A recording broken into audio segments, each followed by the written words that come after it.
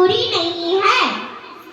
संत संत जो संत अपने शास्त्रों के बल पर अपने को साधता साधता अपने शास्त्रों का ज्ञान प्राप्त कर लेता है, वे संत की श्रेणी में चला जाता है। सन्यासी सन्यासी शब्द संन्यास से बना है। संन्यास यानी त्याग करना।